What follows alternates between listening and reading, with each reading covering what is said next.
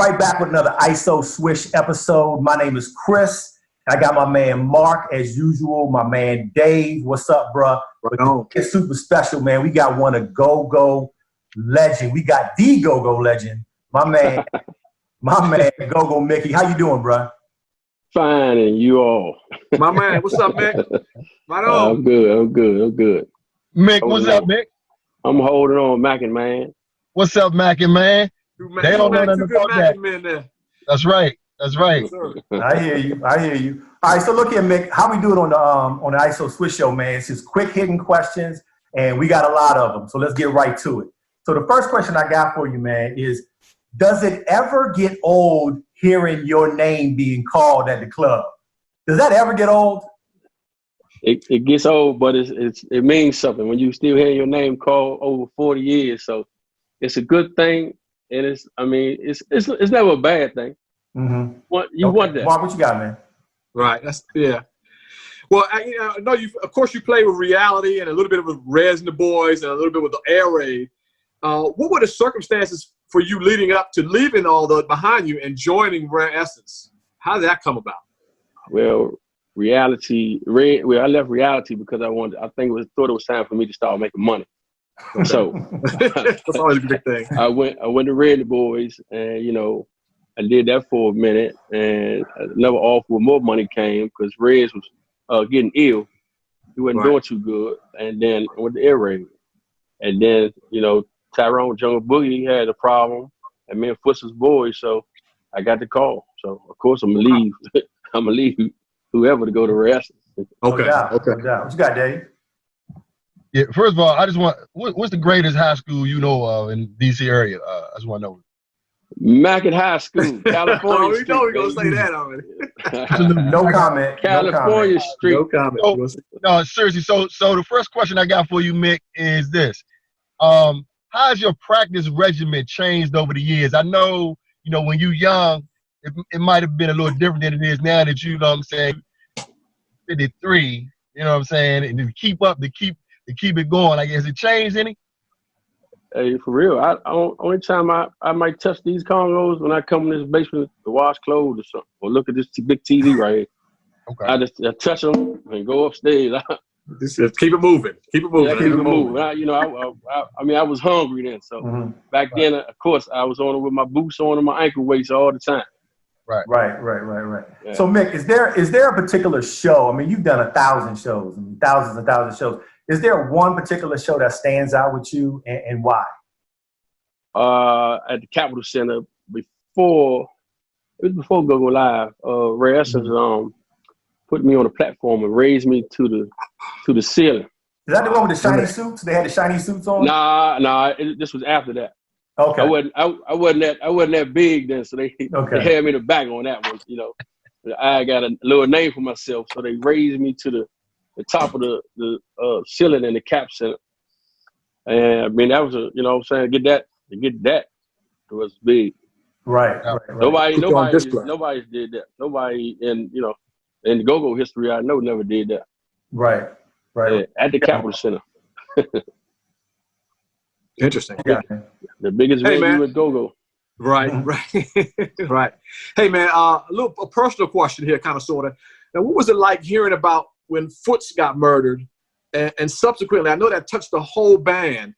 How did that change the dynamic of Rare Essence as it was after that happened?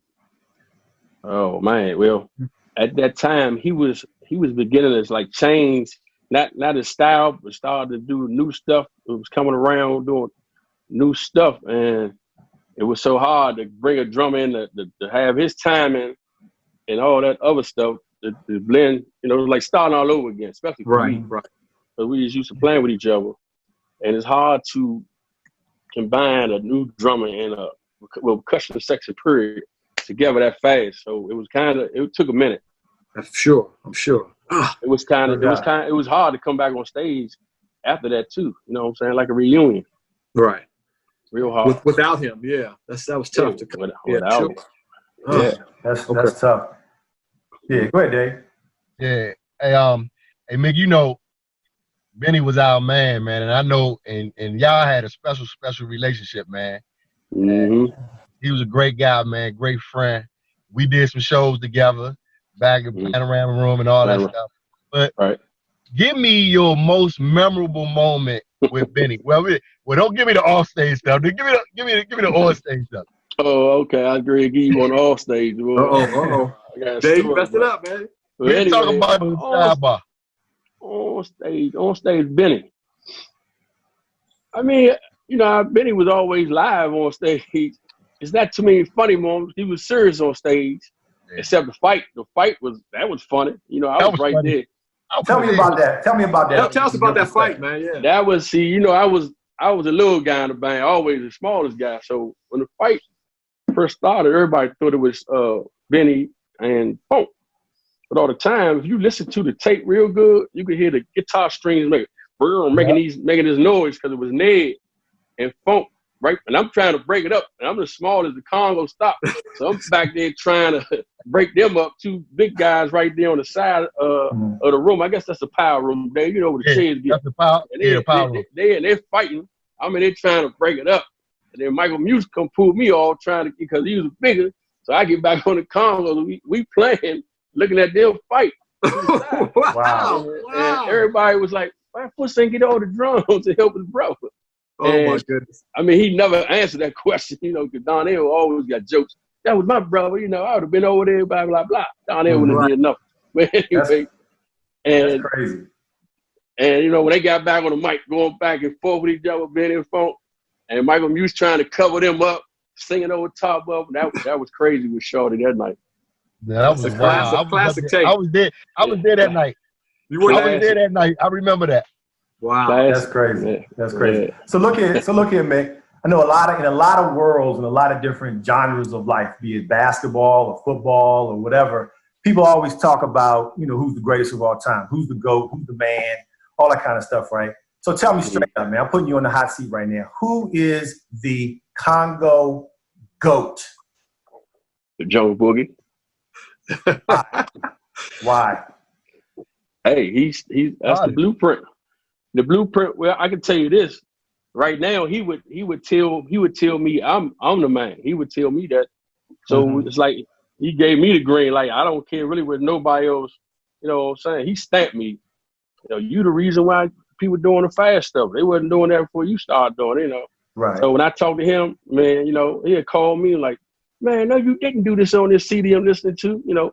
So when I hear him talk, no matter what, I don't care what nobody else say. You know what I'm saying? Right. But, I mean, until somebody show me something different that I ain't do, then they can have it. Right. Let me add to that. Let me add to that question real quick. No, it's 2020 right now. Who's the up and coming guy? Who's like the dude right now coming up that you really like? Oh, I like Bo Beatty. Bo Beatty got some stuff with him. Okay. But Smoke is the man. But you can't sleep on Bo Beatty. Okay. A lot of them shot like Bo Beatty. Bo Beatty. Black Alley. Okay. Got some tricks with him. Yeah. But man, I don't know if y'all have seen the Congo battle. A lot of them guys, I haven't seen a lot of them guys play. I was there trying to like pump sauce up. I'm like, these youngers come to boogie. y'all up there BSing, Joe. And you know, you're like, young, I'm having fun, young. You know, that's right. I'm like, okay. I mean, you know, it's a battle, but like I said, them youngest came to boogie. Right. But like I say, it's all of them. Everybody got their own unique, you know, different identity, I guess. Right. When it comes to different things. So, but Bo Beatty is Bo Beatty. Okay. I'm gonna have to check on that. I'm gonna check. Oh, and Super Dave tight too. Super Dave. Like okay. I said, all my CPU brothers was tight. Everybody got their own uniqueness. Yeah. Got you. What you got, Mark? Okay. Hey, man, you know, I read somewhere where I know your mom, rest in peace to her, man. She's a beautiful sister, played piano and sang. And your dad was also the lead singer in the R&B group Mickey and the Blazers. Now, how heavy of an influence were both of them on your beginning your musical career? Well, it was mostly my father. My father taught me how to play the drums at 2. Okay. Kitty cabarets. I was at all the kitty cabarets going around around DC. I got JB, T-Bone always say, we remember you when you was 2 or 4 years old coming to the club. Mm-hmm. And, you know, that club was shut down, of course. I know them all. Everybody like, how you know the name of that club? I was there at, you know, at a small age. A lot of places, like I say, MLK, the Part 3, that was a CVS now on Georgia Avenue. New Rio was up there by the car wash. I mean, by St. E's, all that stuff is up here. But like I said, my father taught me drums, but he was a guitar player, but he taught me drums. And played with the Foreclosed. He played with James Brown. Only thing with my father, he couldn't read. So he couldn't really travel with a lot of people. He played by ear, like me. Right. Got you. Great stuff, man. Great stuff. Yeah. Yeah. What you got, Dave? Hey, Mick. So like when you were early on, when you were creating your beats, right? Like, how did you come up with those beats? And like, did you like name the beats, or so did you? I mean, I'm not just the regular. I'm not talking about, you know what I'm saying, like what you and RE play when you play one-on-one and all that. I'm talking about like your pocket beats and then your solos and stuff like that. Well, see, a lot of times people get solo mixed up with, like, say if I practice down, I'm not gonna practice a solo. Solo is what you feel. A lot of people practice a solo, so I guess when they get on stage, they won't mess it up. Right. But a solo is a feeling. A solo is a feel, which you can't. You can hear somebody doing my same solo. That's like a reason why I didn't even get in the Congo battle. I was like, why would I be battling myself? Everybody played everything I done already did. Right. For me to get in. That's on some whole nother level of confidence right there. Exactly. So a solo back then, like I said, I used to practice with my boots on, like I was a boxer. Put the ankle weights on and all that. I would call Googie Reality Band. You know, I call him my teacher because he taught me some things that back then when I was young, I would just come on stage and just wild out solo, do everything. Right.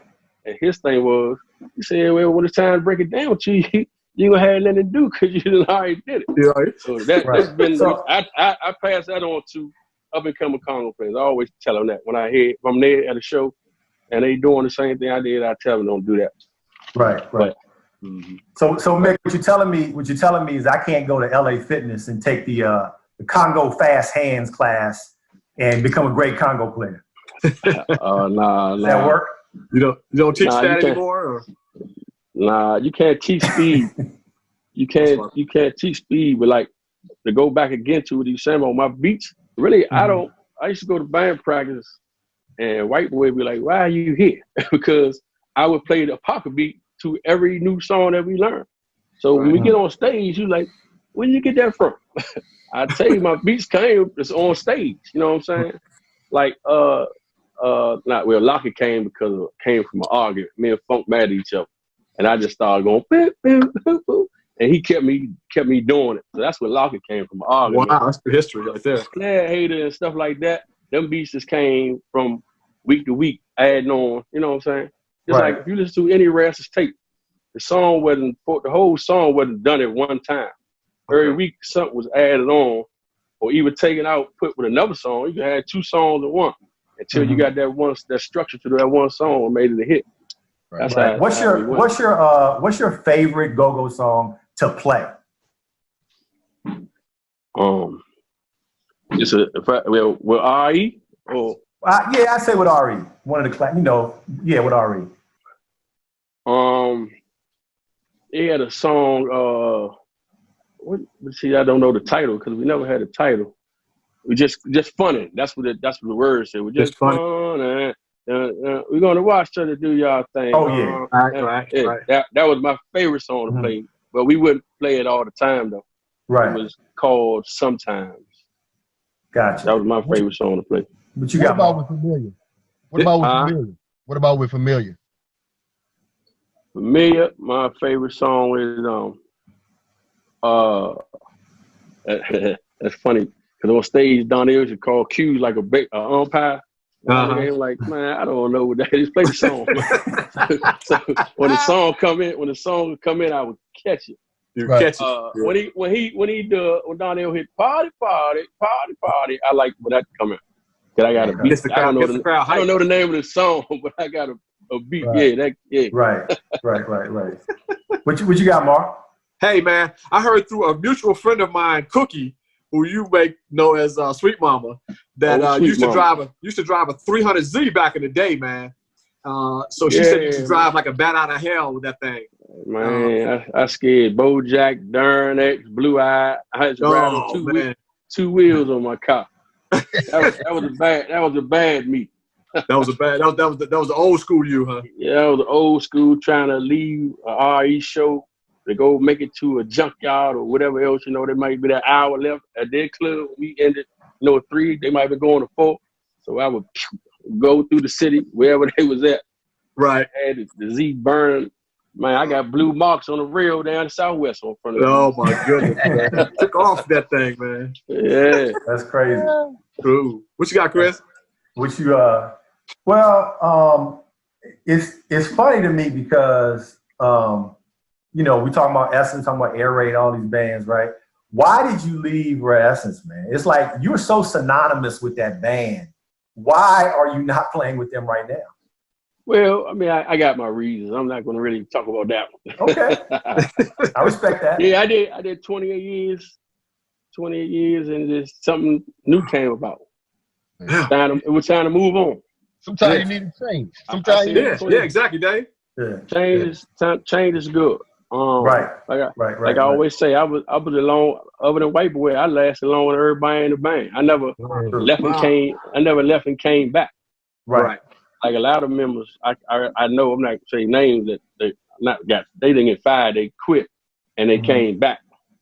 I mean, I'm 28 years. Nobody did 28 years straight. Other than White Boy, not even Funk. Funk never did 28 years. I mean, he left. Right. Yep. What you got, Dave? Yeah. Hey, settle this for me real quick, because I always hear this talk when I'm on the GoGo page and all that stuff. What's the difference between a socket and a pocket?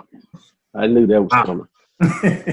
Man, we just talked about that about a month. I'm saying a week ago, not a month ago. It's no different. It's old school. You always hear Benny say, "Lock it in the pocket, keep it in the socket." Okay, right. And nothing changed. So today, if you hear "lock it in the pocket" or "put it in the socket," you're gonna hear that. You're gonna hear that. That's what it means today. Well, not even today. I can go back maybe to 90. In the 90s when it started. Donnell like to say, you tell Jam and Jeff, when y'all Northeast Groove Band came, y'all started that socket stuff. And Donnell said in the song Lock It in the pocket. The pocket is the socket. And it's no difference. Right. The difference, I'm gonna tell you the difference in the pocket. You hear Frankie Beverly say lock in the pocket. Yep. That's just locking, keeping the band locked. Everybody is in the groove together. The drummers locked with the Congo fan. Congo, everybody's locked. Right. And then sometimes, like Benny would say, the socket is the beat. It's a cranking ass beat. Just keep it locked in the pocket though, because he might hear somebody come off somewhere. Got it. Keep it together. Yeah. Go ahead, Mark. Locked. Everything is locked in the pocket. It's the same. All right, that makes sense. Hey man, you've played every venue in the city, in the area, every nightclub, every hole in the wall, man. Do you have or have had a favorite spot that you've liked to play at, for longevity purposes? I used to love. I love Triples in the Metro Club was my favorite.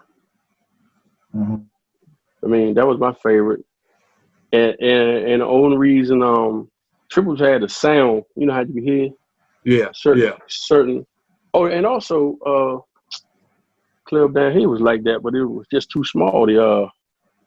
Can't even think of it. It's on K Street. But anyway, my favorite two was Triples and the Met. The Metro Club was so, I remember seeing you guys there every Thursday or something. It was so intimate. People say, why do you say it's intimate? Because it was so closed in, but you could hear you guys, the beats it's just ingrained in your memory because it was so intimate to me. Yeah, that was a nice, and everybody was drunk. Right, everybody was twisted. Other club, Safari Club, I was thinking about. That was Safari, okay, yeah. You get on stage and then your head can hit the ceiling. Wow, it was that tight up in there. It was tight. if you'll get a good tape, good tape out of it or whatever, recording, because the room being so small. Okay. Right. Okay. Yeah. Now, Mick, I got a 20-year-old and a 22-year-old, and they don't really like the old school pocket go, the 80s, 90s, early 2000s. They like that bounce beat, man. Tell me about the difference between the two, and your sons, man. Tell me about your sons. Well, at first, the bounce beat, I couldn't get with it. I always say whatever floats your boat. Mm-hmm. The bounce beat had it line people at the CFE pack. More people than rest or something like that. You know what I'm saying? Wow. So if that's what floats your boat, go ahead and do it. And like you said, my son would be 21 now, but I know I had to pick him up from school when he was in school, and he like, put this in. And I, bloom. like, you took that stuff right out? Yeah, pull it out, man. I don't want to, hear that. Oh, my goodness. I understand. I mean, they didn't come up on it. It's not their error. So, I mean, I understand it, but I don't have to like it. I can understand it, but I ain't got to like it. You know what I'm saying? Exactly. And, my boys came up same way. I would go to the neon, and for some reason, they would start out with a nice groove. Next thing I know, that it's going crazy. I see y'all. I love y'all, but I see y'all later. There you go. Right. Gotta get out. I leave the neon and go right next door to the bottom line club and get a drink and then go home. Right. Hey, that took care of that right there, man. Yeah, that. Yep. Not used to that too much. But you know what? I got a call, man. I got a call to do a bounce beat song for a TV show. Think I ain't play a bounce beat for him? I learned a bounce beat. I made a bounce beat out of nowhere. Learned on the fly. Real quick, huh? Real quick. For that money, I was up Howard. I ain't gonna forget it. Right. I was up Howard real fast. Yeah, here y'all go. That's funny. Yeah. I hear you. What you got, Dave? Yeah. So Mick, tell me why you think Essence have had the longevity that they've had in this whole go-go thing for so long, and it's been so relevant. Well, for one, I know for sure. Like I tell Kip, I say it's to people.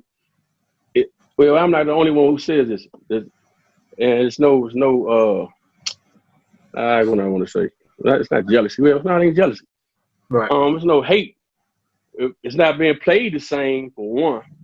Because I can sit there and listen to them like it's not the same. But the people in the crowd that's listening, long as they hear that same note or whatever in it, and the music is the same, it's gonna last forever. The one-on-one is gonna stay here till we gone.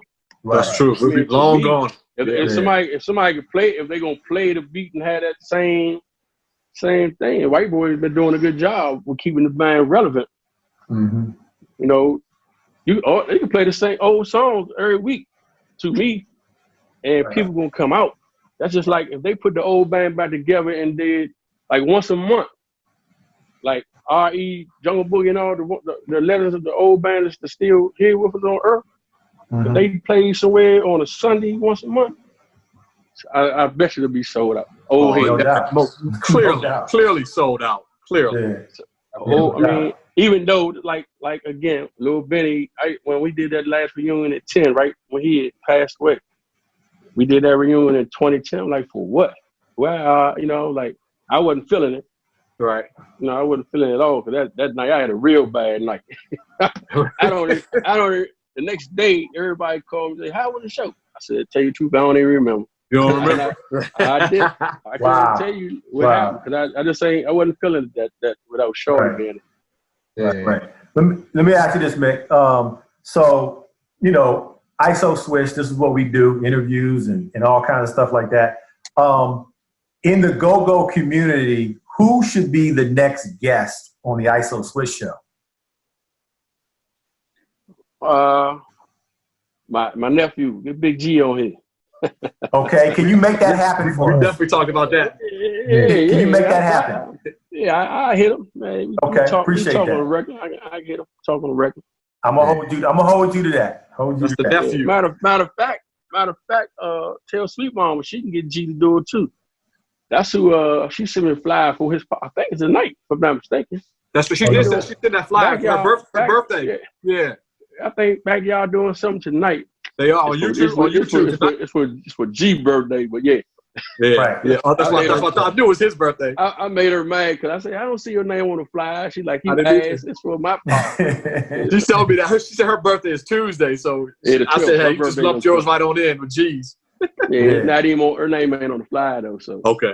But hey, a question. I got one for you. You know, you and me are like we both like fly gear, and Dave had the Moss Brown on. I know you love rocking that Moss Brown, and I know you love shoes because you and I talk about shoes a lot. Hey, I meant to bring my shoes. Just came in the mail. I got the fives. The fiery five. That's another thing. I'm not good with the numbers of the shoe. I just know how they look. The young guy look like you got this, you got that. Man. I like show me the shoe. Man. When he showed me the shoe, I said, "Oh yeah, I got it." He like, right. Give me good. Yeah. But now, what's your holy grail shoe that you love to have that you don't have in your collection, so to speak?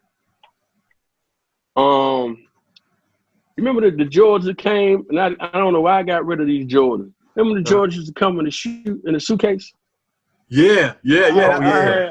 I had all those, and I still don't know what happened to them to this day. I wish I could get them back. Why they don't bring them back? They're probably. I'm sure those are probably the I want to say 10s, 11. Not the 11s, probably 12s. They'll retro them sometime soon.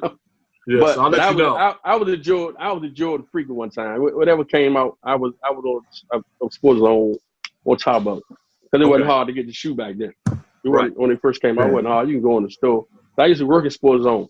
And I would go hide my shoe in the back. Y'all not getting my shoe. I ain't gonna hide them in the back, but now they call that backdooring when they call that the backdooring literally. Oh, yeah. I was doing a lot of backdoor. Whole lot of backdoor. Whole lot of backdoor. Backdoor. Yep. Throw them on top of up there with it. Everybody ain't gonna look on the top shelf.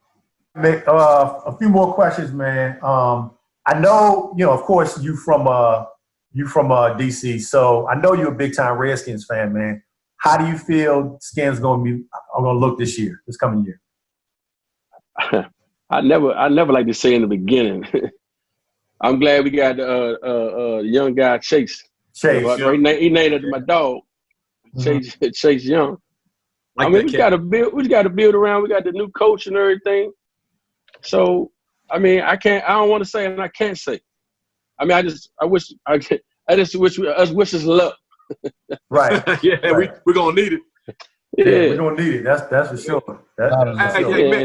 Especially with everything going on now too. Right. I don't know if they're gonna be able to practice right. What's going on. I see the basketball facilities. Some of them are opening up too to start. I guess practice or shoot arounds. I don't know if they're doing a whole practice like they used to doing. Right. I'm quite sure most of the players probably still, that like an injury, scared to come out. I know I would be. It's too much going on right now, and you never know. Right. No doubt. Now, hey Mick, I know you and Dave, man, you both Mackin men, Dynamite Mackin men, and you've seen a lot of sports figures come through this town, man. How good was Johnny Dawkins, man? Seeing him live at Mackin over the course of his career there, how good was he? Johnny was good. That's the only reason I really went because Johnny. At one time, Johnny, we had Dave, you had Mr. Quiller? Yeah. Was Mr. Quiller there? Or I don't know if he was sick or whatever. He was still there. Now I'm just saying he was sick. What I'm saying, and I'm ready to tell you, Johnny had to be our gym teacher. So man, Johnny got real close. He had to, y'all do whatever y'all want to do. You know what I'm saying? He was that type of dude. And then he got serious once he got out, especially, when he left. When he left, he got serious because a lot of guys, Donnell Swinton, Blue, my man Blue. I got close with a lot of those. Got close with a lot of those guys, but just saying, somebody playing, college. Then he went to pro to see him playing like that from the same high school. You can root them on. You know what I'm saying? Right. But you got that. We had like St. Anthony's whoop our butts though a couple of times. Was that a big rival for y'all, St. Anthony's? Was that a big rival for you guys? I don't remember it being a big rival, but I might be wrong. was Smitty playing with St. Anthony's at the same time? 85. Yeah. And they used to go down there when we went for the girls. No. Anyway, because St. Anthony's had girls, and they we playing them. Oh, we be over that joint on 12th Street fast. Right. Wow. Hey, but look, you gotta remember those St. Anthony's, they was like ranked, they was nationally ranked back then too, so they was at the power. Yeah, they were some bad boys. They was bad. Yeah. So go ahead, Dave. Yeah, nah, I'm just gonna remind Mickey about something from back in school. Hey man, you remember when you used to play intramurals, man? You was a terrible basketball player, man. But you was bad. Look, you know what? I was gonna bring that up. I was gonna bring that up. See if you remember. I played the whole thing with me. I wasn't really trust to play. I was trying to get home to my drunk. Right. But see, around here now, around Trinidad, I was a beast of the basketball. But I took a long break. Back when the shell toes out, I was the king around here. With the red Adidas, where they tell you. Shell toes is out, Mark. Yeah, the red and white joints. Yeah. I broke my ankle in them joints one time. Only bad thing about my game day, everybody figured it out. I only can go to my right. I'm going to my left with the ball dribbling in my right hand. Right. That's a basketball no-no. Yeah, always going to it. Now, if I practice basketball like I practice these, my left hand would have been terrible. Hey, Slim, we could have used another point guard, Slim. We needed another one. Well, I also everybody used to laugh at my jumper. It's a funny shot, but it used to go in sometimes. Sometimes. It's funny because my son, we be on Facebook, BJ and Lil Mick, but BJ bring it up something about basketball. So I say, you remember that time me and that little girl whooped me on Lil Mick a run and shoot? And he'd get mad because those two brothers ready for you supposed to be checking her because the little girl was sharp. She probably played WNBA right now. You know what I'm saying? This girl was tight. She was running through them like nothing. They get mad at each other. Goodness. And BJ's like, I'm checking you, Dad. That hurt. That's crazy. Some good memories, man, on the court, man. Yeah, run and shoot. I used to take them up run and shoot, boy. That little girl that one day tore them up. We gotta find out who she was. She might be WNBA, like you said. Yeah, you know what? She might be out of there. She might have went through it already because you know what I'm saying. They 30. Okay. You know what I'm saying? So she. That's no joke. Hey, Mick, let me ask you this, man. Let me ask you this. So, you went through the whole Don't Mute DC phase, a few years ago. I remember going to Go-Go's where they were extraordinarily violent. Okay. How are Go-Go's now? I know we're a little bit older, but how are Go-Go's now in regards to violence, in regards to being accepted in the communities that y'all play in? Well, to me, a lot of times, I can't think back in the day, you had people on somebody and, it was I don't call it a gang. I want to say a drug thing may be going on. And, everybody like to hang out. So, of course, if the person seeing that person who owed them or whatever the case might, the beef or whatever might be going on, now we the band, we don't know that who's beefing or who's looking for who. Right. So they were blaming on the Go-Go. So if they caught you where they caught you at and they happen to be the Go-Go, that's where it's going down at. They're not going to wait for you to, wait for you to go back to wherever. They ain't even saying they're not going to let you get a chance to go back. Right. But do you think, but hold on, man. Do you think that, I just remember going to shows and whoever was on the mic would somewhat would push it because they were calling out a gang or they were calling out, Gangster Chronicles or the A-Team or somebody like that. Do you think that pushed the gang life a little and glorified it a little more during that time period? Well, it might have pumped them up. I mean, all of us getting their name called. It wasn't no special, no more 18 or no more Gangster Chronicles. It was said about evilly amount of times, but nobody said our name got called more than yours. So we, what I'm saying. Plus they were spoken both. Right. Everybody was tripping. You know what I'm saying. Right. But I mean, after all that, violence was worse. More. It was when they was out, they were just fighting. That wasn't nothing. You know what I'm saying. The Coliseum, you might see a person get jumped. Now the Coliseum, I just walk home from the Coliseum. Before I was in any band. I used to walk home and see everything coming through Orleans. You know what I'm saying? That's right. That's your neighborhood right there, Trinidad. Yeah, Right? I used to walk home and see so much, but it was never no. He got shot. You know what I'm saying? Back then, Right. Like the A-team and all that, they wasn't shooting nobody. They was fighting and jumping. You know what I'm saying? Right. No, I got you. And now it's like now you might see it's no too much violence going on, but it's a lot of girls fighting in the club. Right. Really? Wow. I don't know what that's about. I don't know what that's about. What's going on with that, man? Wow. Yeah, you guys have made the transition, I guess, with Familiar Faces, kind of to like a grown and sexy band now, but still, you guys bring the crank when needed. How often do you do that? And do you get physically tired? That's the whole thing. When people like say, man, they don't crank or they can't crank, I feel like you forgot who I come from, what band I came from. Right. Oh, you forgot what Jam and Jeff what band he came from. Y'all, they say the dumbest shit. They say the dumbest That's stuff. Cool. Right. They say the dumbest stuff, like on a GoGo report. That's why I took myself over there. Because I'm like, if you don't know history or whatever, you can like know if these groups with Jam and Jeff playing, but now he ain't cranking because he was another band. That's stupid. That's so crazy to hear that, man. Well, that's why I don't listen to what people say. You know, Footz always said you can't never listen to what another nigga say. Right. That's what Footz is always playing. You can't. I don't care what what he said or anybody say. It ain't got nothing. It ain't had to be with playing anything. Right. You never listen to. I guess that'll hold a lot of people up if you listen to what everybody said about you. You know what I'm saying? Exactly. Mick, why hasn't there have been a few songs here or there that have gone national, international, whatever, the Butt with EU and a few others. Why hasn't GoGo just gone completely mainstream? A lot of times what they say is they don't know how to market it. The music. What do you put it with?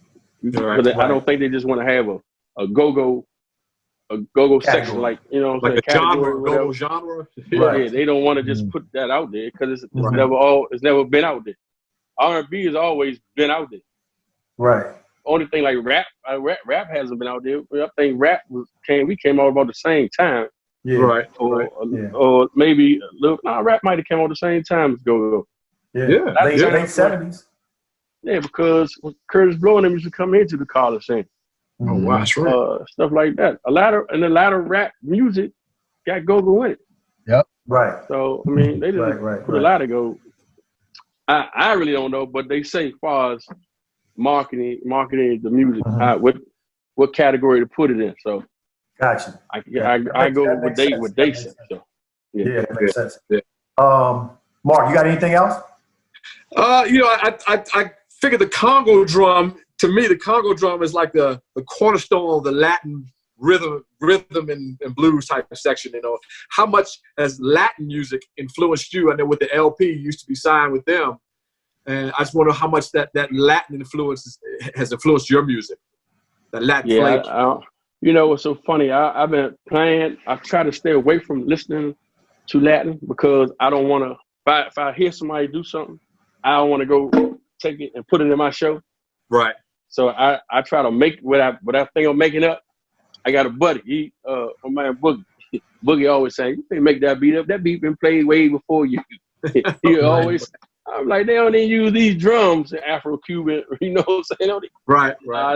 The bass part of what you playing has already been made up, and you can't tell them that you said. If I say I made a beat up, you didn't make that up.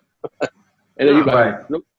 But a lot of my. I started with 5. I ain't started. I was the first one. I ain't gonna say the first one. I'm gonna say I was one of the ones that played. I don't want to get that messed up. I played 5 Congos first. Gotcha. Really played them. One of the first. One of the first. I know. So I got a lot of I guess Latin feels, you can call it. Latin feels that Latin percussionists do. And I could say like T-Bone. T-Bone does. That's my man. He was trying to always get me to do the little slap. And I put a video maybe a month ago. He texted me. He said, "You got it, little bro. You got it, man." He finally got it. I've been had it, but I just wasn't trying to do it. Right. When I play, I don't really do it. But when I'm on these 3 cones right here, it's automatic. when I'm sitting on the floor, I'm gonna give you Latin. I'm gonna give you all that. Right. You want to give us a little sample right now? What you talking about, man? Nah, I ain't gonna do that. Hey, look. Hey, hold up. Hey, look. Put you on the spot, man. Hey, man, you ain't never been shy. But look, Mick. Hey, Mick, tell us, this is my last question. Tell us about when you went over to Africa, man, and how that was. I know at that time when you went over to Africa, man, when you were post, man, you was emotional about it a lot of times, man. Yeah. Tell me about that. Man, I was emotional being over there and seeing how them people live, man, and how I guess people here complain about any and everything. And I see them people over there smiling like, and I'm looking at how they living. I'm like, I'll be complaining. I couldn't stay over there for if I had to live there, I couldn't be there for 2 weeks if I had to, I don't think. Unless I got stuck over there, you know what I'm saying? Yeah. Even though trying to think, is it not what is it, South Africa? I'm trying to think, is it I ain't gonna say clean part of South Africa. Y'all might get, I can't think of the name of it. Johannesburg. But when I got Johannesburg. We got there. I seen Benz dealers and all that. So and then my picture, of Africa in my head. I'm like, where am I at with these Benz, Porsches, and in the hotel in the mall? We had a Nike outlet, KFC, everything was right there. Until we did that show, and they took us far out, and then that's when you just see a whole different world. You see a whole different world. Bro. Wow. Man, Wow. they enjoy. You get them like when I came home, money that they gave us. You give it to them, they start crying because they never touch money like that. To me, I remember I said, "What is this? It's nothing but like $5 or $6." But to them, even when you give one little boy some money, that reminds me of home though. They part of that little boy, so they can take that. Jump that little boy. When he get around that corner, they gonna snatch that money. But man, just living man, you don't know like. The power kept going out. The water kept going out. Hey, it's crazy. That's crazy. When I came home, I said, I'm not going to complain about nothing at all. After seeing that, I can imagine. Right. Yeah. It's terrible. Yeah. Well, look here, Mick, man. This has been a pleasure for us, man. We appreciate it. We really want to tell you how much of a legend you are in our book, without a doubt. And Mick, I know I asked you that GOAT question, and straight up, you the GOAT. Yeah, to me, you always been the GOAT, man. No doubt. Boogie. Thank you very much. No doubt, man. No doubt. Hey, Mick, you already know how I feel. You already know how I feel. In 35 years, man, we've been friends, man. I love you, brother. I love you too, my man. Hey, man, I can't wait to hook up with you, man, after this stuff is over, man, so we can drink some Tito's, man. Yeah, you know what? Y'all holding me Hey, Mick, you got any shout outs? Y'all holding me up right now. We know Mickey like that Tito's. We know he do that Tito's well. Yeah. When I'm going Mick, you got any shout outs right now, Mick?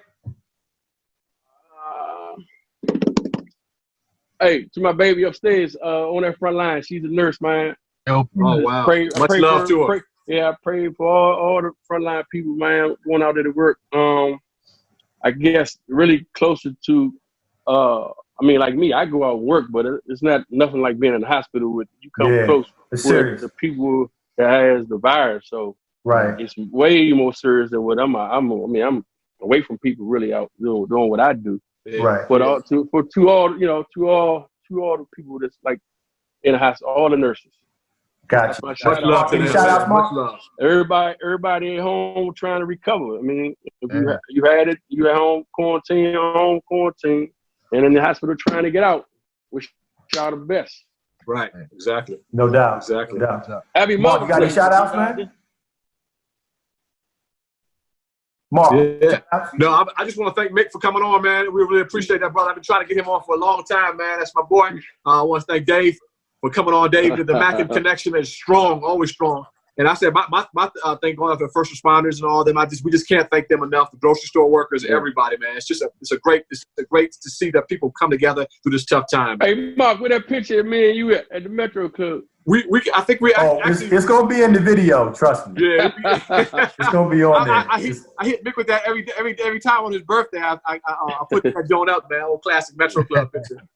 Yeah, it's gonna be in the video. We got one of you and Dave too. You, Dave, and Benny.